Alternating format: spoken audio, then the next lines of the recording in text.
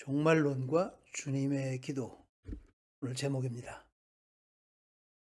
지난번에 나눈 시간 타임의 주제의 연장선에서 이단들이 가장 좋아하는 주제인 종말론을 다루려고 합니다. 모르면 당하기 쉬우니까 말이죠. 시간, 역사라고 하는 것은 창조부터 종말의 완성까지의 과정, 그리고 만든 분이 주인이다 하는 것을 지난번에 나눴죠. 종말론의 시작은 언젠가? 놀랍게도 종말론의 시작은 창세기부터 시작합니다. 내가 너와 여자 사이에 내 자손과 여자의 자손 사이에 증오승을 두리니 여자의 자손이 내 머리를 상하게 하고 너는 그의 발 뒤꿈치를 상하게 할 것이다. 바로 창조 후의 타락에 기원하고 있죠. 성경의 수많은 주제들과 연결될 수밖에 없게 됩니다. 주의 날 언제 오느냐, 또 심판, 삶과 죽음의 문제, 죽음 이후의 내세에 관한 문제, 천국과 지옥의 문제, 그 외에도 에스겔서, 다니엘서, 요한계시록의 해석의 문제에 직결되게 됩니다. 종말론. 여기서는 예수님의 기도, 주기도문의 일부를 통해서 예수님의 관점에서 간략히 살펴보도록 하겠습니다. 먼저 구약의 종말론, 그리고 신약의 종말론, 그리고 주기도문과 종말론, 결론, 이런 순서로 나누겠습니다. 안녕하세요. 최우승리 채널의 최승구 목사입니다. 종말론과 주님의 기도. 하늘에 계신 우리 아버지여, 주의 이름을 거룩하게 하시며 주의 나라가 임하게 하시고 주의 뜻이 하늘에서와 같이 땅에서도 이루어지게 하소서. 오늘 우리에게 꼭 필요한 양식을 내려주시고 우리가 우리에게 죄진 자를 용서한 것 같이 우리 죄도 용서해 주소서. 그리고 우리를 시험에 들지 않게 하시고 악에서 구하소서. 마태복음 6장 9절 후반부터 13절 전반까지입니다. 구약의 종말론, 방대한 종말론을 간략히 줄이기가 참 어려운데요. 몇 가지만 간추려서 보도록 하겠습니다. 구약에서는 인생의 종말, 그리고 우주적 종말, 물론 신약에도 나타나죠. 두 가지로 나뉘어집니다. 그리고 포로기 이전의 종말론과 포로기 이후의 종말론이 시각이 좀 달라지는 것을 보게 됩니다. 예를 들면 스올이라고 하는, 우리가 지옥으로 알고 있지만 구약의 초기에서는 죽으면 누구나 가는 곳으로 그렇게 등장합니다. 욥기나 시편에 이렇게 등장하죠. 우리가 죽고 나면 수월에 가고 나면 어떻게 하나님께 감사하겠습니까? 하는 감사 찬양하겠습니까? 하는 것이 시편 6편의 말씀이죠. 포로기와 그 이후에는 부활 신앙이 등장합니다. 차후에 하나님과 친밀한 교제를 가지는 것, 다니엘서에서 특별히 나타났죠. 그런 것들이 포로기 전에는 없다가 나타나기 시작합니다. 왜 이것이 나타나는가? 종말이 바로 구원의 기쁨이니까.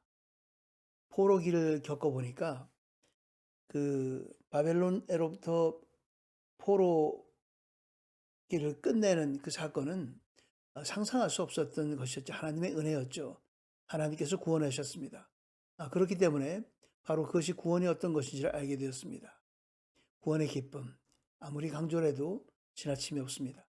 무화과나무가 싹이 트지 않고 포도나무에 열매가 없다고 해도, 올리브나무에서 수확할 것이 없고 밭은 먹을 것을 생산하지 못해도, 우리 안에 양태가 없고 요양간에 소가 없다 해도 내가 여호와를 기뻐할 것이고 내 구원이 되시는 하나님을 즐거워할 것입니다. 하박국 3장 말씀은 유명한 말씀이죠.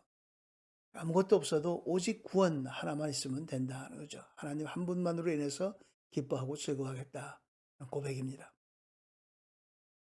자, 두 번째는 신약의 종말론을 간략히 보겠습니다. 인생의 종말, 우주적 종말이 더 명확하게 개념이 발전하게 됩니다. 이 구원자에 대한 이 예언도 시간이 가면서 더 명확하게 되듯이 이 종말론에 대한 것도 마찬가지입니다. 죽었지만 재림을 기다리는 사람을 잠자는 자라고 표현하게 됐죠. 구약에선 수월에 갔다 할 텐데 게헨나, 수월 대신에 게헨나라는 단어 쓰는데 하나님 임재에서 벗어난 자들을 처벌하는 장소로 나옵니다. 구약의 수월과 다릅니다. 하나님 나라, 천국과 완전히 콘트라스트가 되는 게헨나, 지옥의 모습이죠. 구약부터 예언되었던 구원자 그리스도의 등장, 초림으로 인해서 콘트라스트가, 그 양쪽 대비가 분명하게 흑백이 갈라지게 되었습니다. 그리스도, 성경의 중심은 그리스도입니다. 그 다음에 세상의 마지막이 올 것인데 그때는 그분이 모든 권력과 권세와 권능을 멸하시고 그 나라를 하나님 아버지께 바칠 것입니다. 고린도서 15장 말씀입니다. 부활장에 나오죠. 하나님 나라 얘기가 나옵니다. 하나님 나라 그분이 오시면 그 재림 문제, 하나님 나라와 재림 문제, 종말론과 어떻게 관련이 되는가. 뭐 오늘 유튜브에 하이라이트 같기도 한데 예수 그리스도께서 초림 처음에 오셨죠. 예수께서 오셨던 것은 바로 하나님 나라의 끄트머리에 오셨다라고 얘기할 수 있습니다. 그리고 그 하나님 나라는 재림 때 또 오십니다. 그럼 중간에 하나님 나라가 없는가? 아니죠. 있죠. 20세기 신학에서는 이렇게 표현했습니다. 이미와 아직, already와 not yet의 긴장 속에서 우린 산다. 그렇게 표현했습니다. 다르게 표현할 수도 있습니다. 그것을 중간기 인생이라고 표현할 수도 있습니다. 예수님이 재림하고 나면 어떤 일이 벌어지는가? 죽은 자가 부활하고 계속 이어서 최후 심판이 있고 세상의 종말이 오고 그리고 나면 하나님 나라가 완성되는 겁니다. 하나님 나라 그렇게 되는 거죠. 이 땅에서 완성되는 겁니다. 자, 그렇게 재림 이후에 하나님 나라가 계속됩니다. 종말이죠. 종말은 그 중간 기간이 모두 다가 종말이고 말세라고 얘기할 수 있습니다. 중간기 인생들이죠. 이 기간 동안 성전은 예루살렘이 아닌 성도의 마음에 있습니다.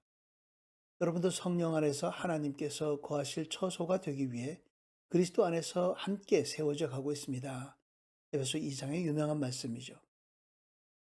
자, 하나님 나라와 재림과 종말, 말세의 관련 잘 보시기 바랍니다.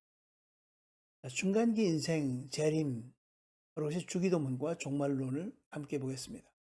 자, 재림이라고 하는 것은 재림을 바라보는 것은 우리의 소망과 기도가 어우러진 것이죠. 중간기 인생 어떻게 기도하면 되는가? 예수께서 가르쳐 주셨죠. 주기도문을 통해서 알려주셨습니다. 기본적인 전제는 하나님 아버지 하나님입니다. 그것을 전제로 해서 하늘에서와 같이 땅에서도 그리고 구원하소서, 삶의 태도, 용서 이 세 가지만 간략하게 보도록 하겠습니다. 하늘에서와 같이 땅에서도 파국적인 이 땅의 현실 때문에 기도하면서 이렇게 기도하라는 얘기죠. 이 땅의 현실은 아포칼립스라고 얘기합니다. 이 파국, 이 멸망, 이런 좀 나쁜 단어입니다. 세속적인 단어로서 세상을 비관적으로 보는 것입니다. 비관적인 굉장히 패시미스틱한 그런 관점이죠. 이 땅의 현실에 대해서 중간기의 삶은 아마 겟세마네 같은 그런 경험들을 하게 되는 겁니다. 중간기의 삶이 참 어려운 거죠. 종말은 경험입니다. 종말은 이 땅의 모든 어려움들을 경험하면서 종말이다. 어떤 토론 대상이 아니에요. 주의 이름을 거룩하게 그리고 하늘 아버지의 온전함이 임하기를 하는 기도를 합니다. 종말로는 믿음의 희망 기도입니다. 그리고 최종 목적지를 분명하게 하는 겁니다. 그 하나님 아버지의 온전함이 이 땅에 임하기를 바라는 거죠. 땅의 일을 부정하고 하늘만 찾는 게 아닙니다. 땅이 비관적이니까 하늘만 찾는다 그런 것이 아니고 그 하나님께서 이 땅에 내려오셔서 온전하게 하시기를 기다리는 겁니다. 믿음으로 끝까지 인내하며 예수의 이름으로 승리할 때까지 기다리는 겁니다. 하늘에서와 같이 땅에서도 죄와 사망을 벗어난 미래의 영광의 소망을 천국을 표현할 때 어떻게 표현하냐면 성경은 바로 그것을 새하늘과 새 땅으로 표현합니다. 계시록 21장에 나왔죠. 종말의 새로움은 없던 것을 새롭게 창조하는 것이 아닙니다. 가끔은 이 새로운 창조다 그렇게 표현하긴 하는데 그 창조는 창세기의 창조와는 다릅니다. 새롭게 어떤 물질을 본성을 창조하는 것이 아니고 본성은 같지만 죄가 없어진 상태입니다.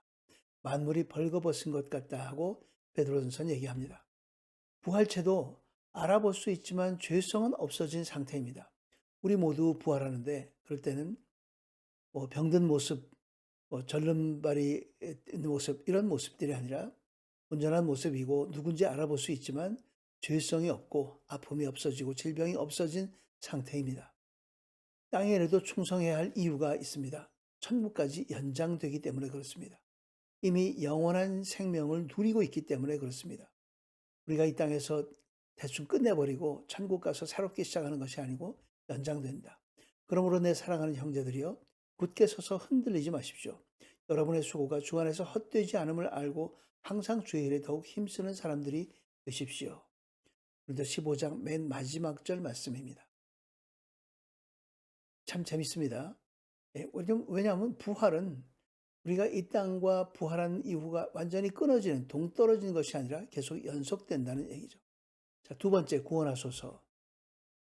꼭 필요한 양식을 주소서. 시험과 악에서 구하여 주소서. 시련의 시간, 바로 중간기 인생입니다. 거기서부터 건져 주십시오 하고 기도하는 거죠. 부르짖음입니다. 단순하게 희망 표현이 아니라 부르짖는 겁니다.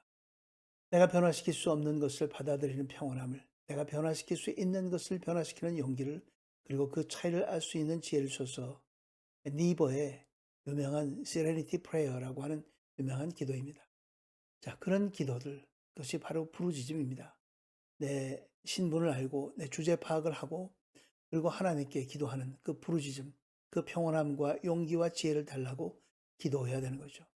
성도는 하나님의 신실하심과 하나님의 개입과 하나님의 뜻에 따라서 구원됩니다. 결국은 구원됩니다. 하나님께서 구원해 주십니다. 세 번째, 삶의 태도, 용서입니다.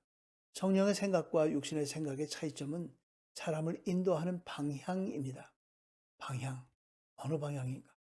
육신의 생각은 사망이요 영의 생각은 생명과 평안이니라. 어느 쪽 방향인가? 육신의 생각은 이 땅에 잠깐 있다가 없어지는 것들이 아니고 영의 생각처럼 생명과 평안으로 이어지는 그런 영의 생각은 영원히 이어집니다. 예수님은 우리 죄의 용서를 위해서 이 땅에 내려오셨습니다. 용서하지 않는다면 예수님과 아무런 관련이 없는 셈이 됩니다. 용서는 성령의 생각이고 생명과 평안을 우리에게 줍니다. 그렇기 때문에 우리는 제네로시티, 관대함을 우리는 가지고 있어야 되겠습니다. 우리에게 필요한 덕목입니다. 넉넉한 마음으로 너그럽게 사는 우리 모두가 되기를 간절히 바랍니다. 저 혼자만 부족한지도 모르겠습니다. 너그럽게 살면서 아주 까탈스럽고 꼬장꼬장하지 않고 모든 것을 용서하는 그런 마음으로 다 넉넉히 받아들이는 마음으로 살아가는 우리 모두가 되기를 주의 이름으로 축원합니다. 결론입니다. 종말은 성도에겐 구원의 시간이고 악한 자들에겐 심판과 멸망의 시간입니다. 그날의 기쁨과 감사함으로 기대하자. 종말은 이미 시작되었다. 오늘을 충성스럽게 살자. 종말을 기다림은 하나님의 약속에 대한 믿음과 소망, 기도로 이루어집니다. 쉬지 말고 기도하자. 남에게 너그럽게 살자. 하나님 아버지, 종말이라고 이 땅의 현실을 외면하지 않게 하시고 오늘에 충성하게 하여 주옵소서. 하나님의 시간에 이루어질 그 나라를 기대하며 지금의 상황도 낙관적으로 보게 하여 주옵소서. 천국 완성의 그날까지 우리를 인도하실 성령님이 증거하는 예수 그리스도의 이름으로 기도드리옵나이다. 아멘. 끝까지 시청해 주셔서 감사합니다. 다음 시간에 뵙겠습니다. 항상 건강하세요.